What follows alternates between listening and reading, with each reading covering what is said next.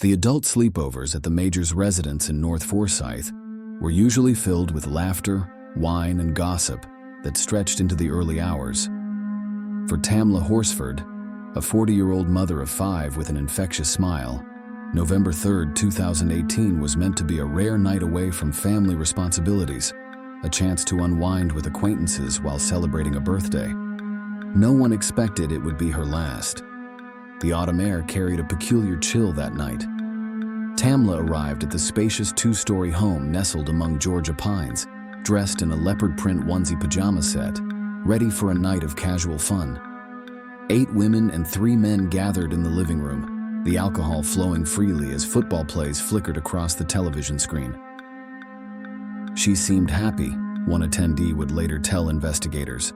Maybe a little quiet compared to the others, but happy. By 1:47 a.m., the security cameras in the home captured their final glimpse of Tamla alive. She stepped onto the deck, a cigarette and her phone in hand.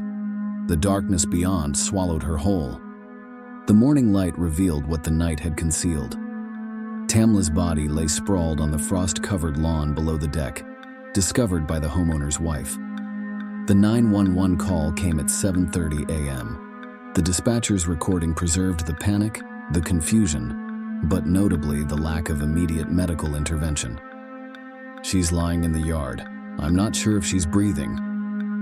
When authorities arrived, they found Tamla still wearing her pajamas, her body displaying multiple injuries: a broken neck, lacerated liver, hemorrhaging to her heart. Injuries cataloged later in clinical, detached language by the medical examiner. Her blood alcohol level was 0.238, nearly 3 times the legal driving limit. The death was quickly classified as an accidental fall from the deck. Case closed, a tragic accident, except for the questions that lingered like shadows. Why were there bruises on her wrists, suggesting restraint? How did she sustain injuries to both sides of her body consistent with a severe beating? Why was the investigation concluded so rapidly in a county with a troubling history of racial tensions? Why did the lead investigator have personal connections to one of the party attendees? In the weeks that followed, social media erupted with demands for justice. Tamla's family, unconvinced by the official narrative, hired their own forensic pathologist who pointed to inconsistencies in the official report. The case was eventually reopened in 2020 after intense public pressure, but still, conclusive answers remained elusive.